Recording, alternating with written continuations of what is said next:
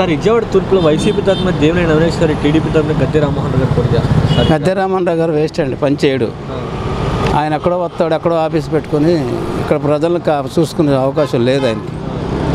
ఇప్పుడు ఏదైనా అధినేతగాడ రావాలన్నా నెహ్రూ గారు నాన్నగారు అధినేతగాడు వాడుకున్న గొడవ అయిందంటే అధినేతగా కుర్రలను పంపిస్తాడు, లేదా ఆయన మనుషులు పంపించినా చాలు ఆయన వచ్చినట్టే. తూర్పు నియోజకవర్గం మాత్రం కన్ఫామ్గా అవినాష్ బాబు కొట్టాలి, కొడతాడు. ఆయనకు వేస్తాం ఓట్లు ఆయనకే. వైసీపీ అనేది ఏంటంటే ప్రజల కోసం ఉన్నది. రాజశేఖర్ రెడ్డి గారు ఏంటంటే ప్రజల కోసం చనిపోయాడు. అవినాష్ గారు ఎలాంటి కార్యక్రమం చేశారు ఇక్కడ? అవినాష్ గారు చిన్న అభివృద్ధి అంటే ఒకటి నాన్న, ఏ చిన్న సమస్య వచ్చినా వస్తాడు ఆయనే. చిన్న సమస్య వచ్చినా ఆయన దగ్గరికి వెళ్తే చేసి పెట్టేస్తాడు. లేదు మీరు రాబాకుండా మేము వచ్చి మనుషులను పంపించినా చేస్తాడు, దానిలో డౌట్ లేదు. తూర్పు నియోజకవర్గం మాత్రం వైసీపీని మాత్రం కన్ఫామ్గా గెలిపించేసుకుంటాం, దానిలో సమస్య లేదు. వచ్చే సీఎం కూడా జగన్ గారే, దానిలో డౌట్ లేదు. 100% గుద్దేస్తాడు. జనసేన టీడీపీ ప్రభావం ఉంటుందంట తూర్పులో. వాళ్ళు కులపిచ్చ, వాళ్ళు ఇది ఎస్సీ ఎస్సీ వాళ్ళని విమర్శిస్తున్నారు కులాన్ని. వాళ్ళకి టీడీపీ వాళ్ళు కులం ఎత్తున్నారు. పవన్ కళ్యాణ్ ఏముంది, జూలు అంటాడు కుక్క. వైపు నుండి వైసీపీ తరపున దేవినేని అవినాష్ గారు వస్తున్నారు, ఎలా ఉంటుంది అంటారు? ఇప్పటికే జనాల్లో ఉన్నాడు, చాలా పర్ఫెక్ట్గా చేస్తున్నాడు, జనాలకు అందుబాటులో ఉన్నాడు. ఏ కార్యక్రమానికైనా పిలిస్తే పలుకుతున్నాడు. ప్రజల్లో ఎలా తిరుగుతున్నారు ఆయన? ప్రజల్లో ఆయన ఉదయం నుంచి రాత్రి వరకు అందుబాటులోనే ఉంటున్నాడు ప్రజలకి. ఏ సమస్య వచ్చినా నేను ఉండాను అనేసి మాట్లాడుతున్నాడు, సమస్యలను పరిష్కరిస్తున్నాడు. మరి ఒకవైపు ఏమో గద్దె రామ్మోహన్ రావు గారు సీనియర్ అంటున్నారు, ఒకవైపు ఏమో ఈయన కొత్త వ్యక్తి అంటున్నారు, ఎలా ఉంటుంది అంటారు? సీనియర్ జూనియర్ అని కాదు, ఎవరు ప్రజా సమస్యలను పరిష్కరిస్తారో వాళ్ళే నాయకుడు అవుతారు. ఎప్పుడైనా సరే ఈయనకే అనుకూలంగా ఉంది, రేపైనా సరే ఎమ్మెల్యేగా గెలుస్తాడు. దేవినేని అవినాష్ గారు గెలుస్తారంటారా? తప్పకుండా. అంత గ్యారంటీ ఏంటంటే? గ్యారెంటీ అంటే జనాలలో ఆయన ప్రజల సమస్యలు ప్రజల్లోనే ఉంటున్నాడు. తెల్లారు లెగిస్తే ఈ 4 సంవత్సరాల నుంచి ప్రజలతోనే ఉన్నాడు. ముఖ్యంగా కృష్ణలంక కరకట్ట ఆయన ఆధ్వర్యంలోనే జరిగింది. ఆయనే సమస్యలు పరిష్కరిస్తున్నాడు, అందుబాటులో ఉంటున్నాడు జనాలకి. గద్దె రామ్మోహన్ రావు గారు 2 సార్లు నుండి గెలుస్తున్నారు ఎమ్మెల్యేగా. గెలిచిన సమస్యలను పరిష్కరించట్లేదుగా, అందుబాటులో ఎవడ ఉండలేదుగా, అందుబాటులో ఉంటుందా పరిష్కరించలేదు. అవినాష్ గారు ఇక్కడ చేసిన డెవలప్మెంట్ పనులు ఏమైనా ఉన్నాయా? ఇక్కడ రోడ్లు అన్నీ బాగానే చేస్తున్నాడు, ప్రజల సమస్యలను పరిష్కరిస్తున్నాడు, అందుబాటులో ఉంటున్నాడు. తూర్పులో వైసీపీ తరఫున దేవినేని అవినాష్ గారు, టీడీపీ తరఫున గద్దె రామ్మోహన్ పోటీ చేస్తున్నారు, ఎలా ఉంటుంది అంటారు? ఎవరు గెలిస్తే బాగుంది అనుకుంటారు? దేవినేని అవినాష్ గారు గెలిస్తేనే బాగుంటుంది బాబు. ఎందుకంటే గద్దె రామ్మోహన్ రావు గారు మరి 2 సార్లు గెలిచాడు, మరి ఇక్కడ ప్రజలను ఏం పట్టించుకోలేదు. ఆయన అంతా కాలనీలో చౌదరి వాళ్ళని పట్టించుకోవడం తప్ప లేబర్ని పట్టించుకునే పరిస్థితి లేదు ఆయన. అదండి. ఇక్కడ ఎలాంటి పనులు చేశాడు అవినాష్ గారు ఇన్ఛార్జ్ అయిన తర్వాత, వైసీపీకి ఇన్ఛార్జ్ అయిన తర్వాత? అవినాష్ గారు అయితే చాలా మంచి పనులు చేస్తున్నారు బాబు. మామూలుగా మనం వెళ్ళి మన బాధలు ఏమైనా చెప్పుకుంటే ఆయన దానికి అంపట్నే రెస్పాన్స్ ఇచ్చి అధికారులతో మాట్లాడి చేపిస్తున్నాడు. ఇక్కడ మీరు ఎలాంటి లబ్ధి పొందారంటారు ఇక్కడ?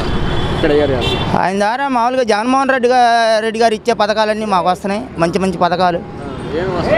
మాకైతే రైతు భరోసా వస్తుంది బాబు, మరి డ్వాక్రా రుణమాఫీ అవి ఇస్తున్నారు, మంచి పనులే చేస్తున్నారు.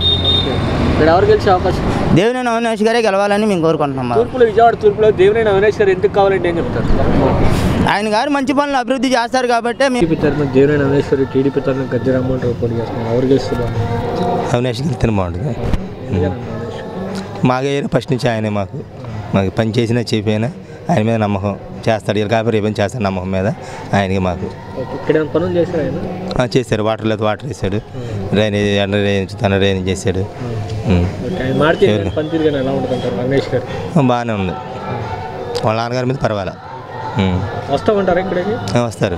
ఏంటండి సమస్యలు అడుగుతారు? మన సమస్యలు ఏంటి అడుగుతారు, వాళ్ళు చెప్తాం మన సమస్యలు ఏంటి సరైన సాల్వ్ చేస్తూ ఉంటారు. ఎంటే ఎవరో మనిషిని పంపించి సాల్వ్ చేస్తారు. గెలుస్తారు, అవినాష్ గెలుస్తారు. విజయవాడ తూర్పులో వైసీపీ తరఫున దేవినేని అవినాష్ గారు, టీడీపీ తరఫున గద్దె రామ్మోహన్ గారు పోటీ చేస్తున్నారు, ఎలా ఉంటుంది? అవినాష్ గెలుస్తాడు. ఎందుకనంటారు అవినాష్? అవినాష్ లోకల్లో మంచి వర్కరు, యూత్ బాగా చేస్తాడు. పనులు చేశాడా సార్ బాగా చేశారుగా. వైసీపీ ఇన్ఛార్జ్ అయిన తర్వాత ఏమైనా చేశారా జగన్? వైసీ ఇన్ఛార్జ్ అయ్యాకనే బాగా చేశారు. ఏమేం చేశారు? అన్ని రోడ్లు వేయించారు. అన్ని చూసావా ఇదివరకు ఎట్లా ఉండేవి? గుణదల్లో రోడ్లు ఉన్నాయా, కిట్లంకలో రోడ్లు ఉన్నాయా? ఏమీ లేవు. అన్ని రోడ్లు వేయించారు. బాగా చేశారుగా. సార్ రిటర్న్ వాళ్ళు వైసీపీ వాళ్ళు చేసామని వైసీపీ వాళ్ళు చెప్పుకున్నారు, టీడీపీ వాళ్ళు ఏమో మేము చేసామని చెప్పారు. అవినాష్ చేయించారు. ఓకే, అందరికీ తెలుసుగా. కృష్ణలంకలో అడుగు అందరిని. వెళ్తారు ఇక్కడ.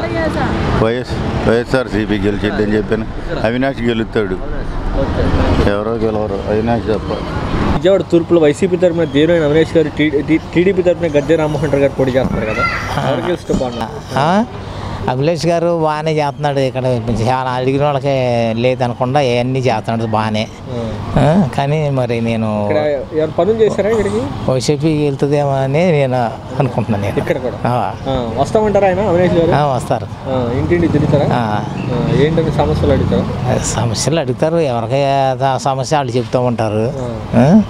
అది పోతే వీళ్ళందరూ చర్చి ఒకటి అడిగారు, ఇచ్చారు. బాగానే ఉంది. రోడ్డు ఒకటి వేసారు. హాస్పిటల్ కొంచెం కొత్తగా కట్టించారు. బాగానే చేస్తున్నాడు ఆయన తెలిసిన వాటికి. తూర్పులో వైసీపీ తరఫున దేవినేని అవినాష్ గారు, టీడీపీ తరఫున గద్దె రామ్మోహన్ పోటీ చేస్తున్నారు, ఎవరు గెలిస్తే బాగున్నారు?